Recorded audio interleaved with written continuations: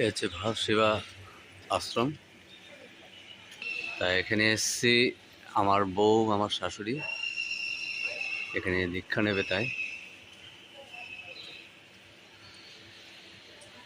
খুবই সুন্দর আশ্রমটা, ভারত সেবা।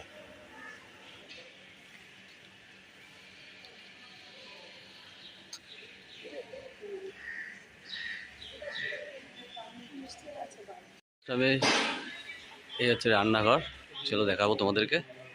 এই হচ্ছে রান্নার জায়গা, দেখতে পাচ্ছ কত সবজি, এদিকে রান্না চলছে।